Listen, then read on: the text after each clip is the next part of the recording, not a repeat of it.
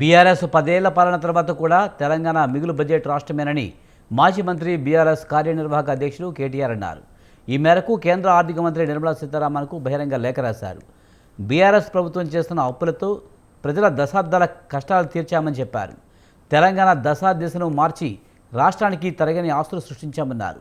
దేశ చరిత్రలో అత్యధిక అప్పులు చేసిన మీరా మమ్మల్ని అనేది అంటూ ఆగ్రహం వ్యక్తం చేశారు.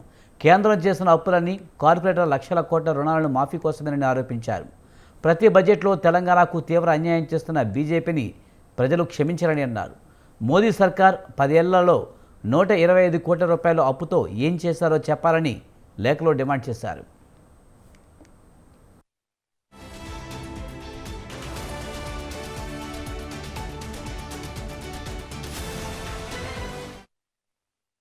కేంద్ర ఆర్థిక మంత్రి నిర్మలా సీతారామన్ ఇటీవల రాజ్యసభలో మాట్లాడుతూ రాష్ట్ర విభజనకు ముందు మిగులు బడ్జెట్తో ఉన్న తెలంగాణ ప్రస్తుతం అప్పుల ఊబిలో కూరుకుపోయిందని వ్యాఖ్యానించారు.